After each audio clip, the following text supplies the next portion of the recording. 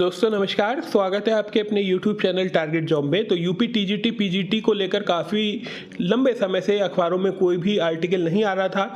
तो आज अमर उजाला के प्रयागराज संस्करण से एक न्यूज़ छापी गई है जिसमें टीजीटी पीजीटी असिस्टेंट प्रोफेसर की भर्ती की परीक्षा के बारे में कुछ महत्वपूर्ण जानकारियाँ साझा की गई है। उसी को देखते हैं और फिर मैं आपको बताता हूँ आखिर चल क्या रहा है। तो ये देखिए, लिखा है जून माह में रफ्तार पकड़ेगी शिक्षक भर्ती। ये देखिए यहाँ पर लिखा है जून माह में रफ्तार पकड़ेगी शिक्षक भर्ती, जुलाई में परीक्षा की तैयारी, परीक्षा नियंत्रक की नियुक्ति के बाद घोषित की जाएंगी लंबित परीक्षा तिथियां। तो सबसे पहले इसका स्क्रीनशॉट लीजिए, आराम से 2-3 बार पढ़िएगा इसे। यहाँ पर महत्वपूर्ण चीजें देखिए।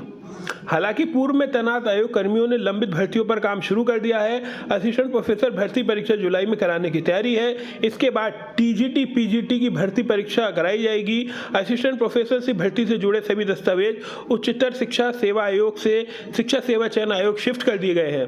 और महत्वपूर्ण जानकारी क्या यहाँ पर दी है ये भी देख लेते हैं। इसके बाद यहाँ पर इन्होंने बताया है असिस्टेंट प्रोफेसर भर्ती परीक्षा में 1,14,000 आवेदन आए हैं। ये न्यूज़ यहाँ पर खत्म हो गई। इसके बाद और भी महत्वपूर्ण न्यूज़ है। टीजीटी पीजीटी में 4,063 पदों के लिए आवेदन प्रक्रिया अगस्त 2022 में पूरी हो चुकी है। इसमें 13,19,000 आवेदन पड़े हैं। नीचे देखिए क्या लिखा है। आयोग ने सूत्रों का कहना है कि टीजीटी पीजीटी परीक्षा में टीजीटी पीजीटी की परीक्षा बड़ी है। असिस्टेंट प्रोफेसर भर्ती परीक्षा के मुकाबले इसमें कई गुना अभ्यर्थी शामिल होते हैं। देखिए यहाँ पे लिखा है ऐसे में यह परीक्षा असिस्टेंट प्रोफेसर भर्ती के बाद कराने की तैयारी है। कुल मिलाकर यहीं पर ये सब बात है। ये आपने पूरी आर्टिकल है जो पढ़ लिया, एक बार इसका स्क्रीनशॉट ले लीजिएगा, एक बार फिर पढ़िएगा। तो कुल मिलाकर यही है। देखिए सबसे पहले जो भी परीक्षा होगी उसमें सबसे महत्वपूर्ण भूमिका होती है परीक्षा नियंत्रक की। देखिए अध्यक्ष साहब जो होते हैं वो तो सिग्नेचर मार देते हैं कि ये फला तारीख को ये चलिए सही है, ये सिग्नेचर लगा और ये खत्म हो गई बात, ठीक है, ये सिग्नेचर हो गया। लेकिन परीक्षाओं पे महत्वपूर्ण निर्णय, कौन सी नोडल एजेंसी किस पे कार्य करेगी, कहाँ पर ये पेपर छापे जाएंगे, कौन सी प्रिंटिंग प्रेस है, तो इसके बारे में सब जानकारी परीक्षा नियंत्रक महोदय साहब को ही हो सकती है। तो इनकी नियुक्ति सबसे महत्वपूर्ण है। तो ना भी परीक्षा नियंत्रक की नियुक्ति हुई है और ना ही अध्यक्ष की नियुक्ति हुई है।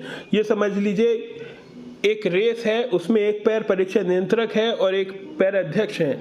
और मैराथन रेस है, अगर ये दोनों ही नहीं होंगे तो कोई व्यक्ति मैराथन भाग ही नहीं सकता। तो उसी प्रकार ये है। मैंने आपको पिछली वीडियो में बताया था कि 15 सितंबर के आसपास ये भर्ती प्रक्रिया आपकी शुरू हो सकती है। इसमें भले ही अगस्त लिखा है लेकिन मैं आज भी कह रहा हूँ आपसे 15 सितंबर के आसपास मैं अपनी बात पे आज भी कायम हूँ। सबसे पहले परीक्षा जुलाई में कराएंगे। ये 17 जुलाई को, 15 जुलाई को, 25 जुलाई को, कभी भी जुलाई में परीक्षा करा सकते हैं। लेकिन आप कुल मिलाकर मानिए ये जो परीक्षा है लास्ट जुलाई में होगी या फिर अगस्त के पहले सप्ताह में होगी। कौन सी मैं कह रहा हूँ असिस्टेंट प्रोफेसर की। और कुल मिलाकर मैंने आपको बताया। लेकिन सबसे महत्वपूर्ण चीज़ ये है आपकी परीक्षा 15 सितंबर के आसपास होने की उम्मीद है। अगर परीक्षा नियंत्रक की नियुक्ति हो गई और अध्यक्ष की नियुक्ति हो गई, पिछली वीडियो में मैंने आपको बताया था 15 से 20 जून के आसपास एक मीटिंग होगी, उसमें चीज़ों को तय किया जाएगा। लेकिन उस मीटिंग से पहले वो मीटिंग तभी हो पाएगी जब परीक्षा नियंत्रक और अध्यक्ष की नियुक्ति हो जाएगी। तो नियुक्ति अगर हो जाएगी तो ये मीटिंग हो जाएगी और उसके बाद परीक्षा तारीखों पे औपचारिक कार्य हो जाएगा। मेरी तरफ से 15 सितंबर मैंने आपको तारीख दी है। फिलहाल तो ये है पूरी अपडेट। टीजीटी पीजीटी में सबसे जो कट ऑफ है हाई और जिसमें प्रतियोगिता सबसे ज़्यादा होती है वो अपनी कला है, क्योंकि उसमें आपको ना बीएड की ज़रूरत है ना पीजी की ज़रूरत है। तो कला सबसे पहले आ जाता है, टीजीटी कला। इसमें भयंकर प्रतियोगिता आपको देखने को मिलेगी। इसके बाद सब्जेक्ट जो है वो है सोशियोलॉजी। सोशियोलॉजी में भी काफ़ी बड़े बड़े विद्वान हैं, बीएचयू से करे हुए हैं, कोई एएमयू से करा हुआ है। तो सोशियोलॉजी में भी आपको कंपटीशन काफ़ी टफ मिलेगा। इतिहास इसके बाद आएगा। इतिहास में भी आपको बहुत टफ कंपटीशन मिलेगा। और सबसे जो मेरिट सबसे ज़्यादा जाती है वो है संस्कृत। तो पहले नंबर पे है कला, फिर है संस्कृत, फिर है सोशियोलॉजी, फिर है इतिहास, फिर है अपना एसएसटी। तो ऐसे ही है। लेकिन जो साइंस के सब्जेक्ट हैं उसमें सबसे कम मेरिट जाएगी फिजिक्स, मैथ, केमिस्ट्री, बायोलॉजी की मेरिट ज़्यादा जाती है। फिलहाल यही है पूरी बात। और अपने नोट्सों को तैयार रखिए, बिल्कुल अपने अपडेट करना शुरू कर दीजिए किस प्रकार से पढ़ना है। अगर आपने अभी भी तैयारी नहीं करी है तो आप 15 अगस्त का लक्ष्य मानकर अपनी तैयारी शुरू करिएगा कि 15 अगस्त को मेरा पेपर है।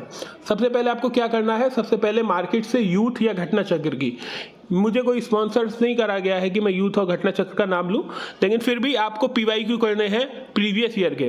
तो सबसे पहले आपको क्या करने हैं, पीवाईक्यू आपको करने हैं। पीवाईक्यू PYQ करने के बाद आपको नोट्स, आपने जिस भी कोचिंग के लिए होंगे नोट्स, उन नोट्सों को पढ़िएगा 4-5 बार, हाईलाइट करिएगा और उसके बाद उन नोट्सों को करीब 60 से 70 पेज में शॉर्ट नोट्स बना लीजिए। मान लीजिए अगर आपका इतिहास है तो मैं उदाहरण के तौर पर देता हूँ, प्राचीन, मध्यकालीन, आधुनिक, तो प्राचीन के नोट्स लगभग आप बनाकर चलिएगा 15 पेजों में, मध्यकालीन के पेज हों आपके 15-30 और लगभग मान के चलिए 30 पेज आपके मॉडर्न इंडिया के बनाने हैं। आप कहेंगे सर ऐसे कैसे बन जाएंगे? तो अगर आपने नोट्सों को 15 से 20 बार पढ़ा है तो आप आराम से पता लगा लेंगे कि ये नोट्स कैसे बनेंगे।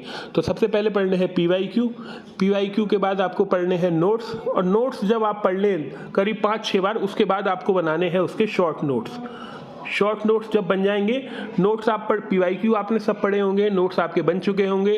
उसके बाद शॉर्ट नोट्स की ज़रूरत कहाँ पर पड़ती है? जब आपकी परीक्षा के 5-6 दिन रह जाते हैं, आपने मान लीजिए आप 5-6 दिन रह गए हैं, आपके पास बहुत मोटी किताबें रखी हुई हैं, तो आपको उन कैसे पढ़ पाएंगे? तो इसीलिए शॉर्ट नोट्स बनाए जाते हैं। फिर शॉर्ट नोट्स बनाइए और करीब 15 मॉक टेस्ट दीजिएगा और ये सही रहता है, और अंतराल पे दीजिएगा। जैसे मान लीजिए आज आपने, यहाँ पर देखिए, जैसे मान लीजिए आपने आज 2 जून है तो अगला मॉक टेस्ट 5 जून को करिएगा।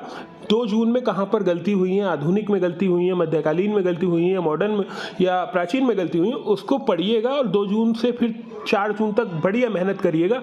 फिर 5 जून को दीजिएगा, फिर 8 जून को एक टेस्ट दीजिएगा। तो इसी प्रकार से करिएगा। बाकी आप काफ़ी लोग ये पूछते रहते हैं सर नोट्स वगैरह, तो देखिए नोट्स जहाँ भी पढ़ रहे हैं, जिस भी कोचिंग के पढ़ रहे हैं, बढ़िया नोट्स है, उस पर भरोसा रखिए। और कभी ऐसा होता है इंसान बेहतर की तलाश में बेहतरीन को खो देता है। ये नोट्सों के लिए भी है और ये इंसानों के लिए भी है। तो अपनी पढ़ाई जारी रखिए और बेहतर के चक्कर में बेहतरीन को मत खोइए। तो अपने नोट्सों पे भरोसा रखिए। ना मेरे नोट्स इतने अच्छे हैं, ना किसी कोचिंग इंस्टीट्यूट के नोट्स इतने अच्छे हैं। जहाँ भी आपने कोचिंग करी है उस पर भरोसा करिए, वो मुझे बेस्ट देगी। तो कुल मिलाकर यही अपडेट है। आप अपना टाइम टेबल बनाइएगा 15 अगस्त तक, कि 15 अगस्त तक ये पेपर होना है।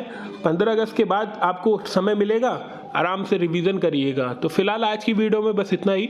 जो भी अपडेट होगी वो दी जाएगी। फिलहाल मैं सोच तो रहा था वीडियो कुछ टाइम बाद बनाऊंगा, लेकिन आर्टिकल आया और उसके बाद कमेंट्स आने लगे, तो मुझे लगा कि वीडियो बनानी चाहिए। फिलहाल आज की वीडियो में बस इतना ही। जय हिंद, वंदे मातरम।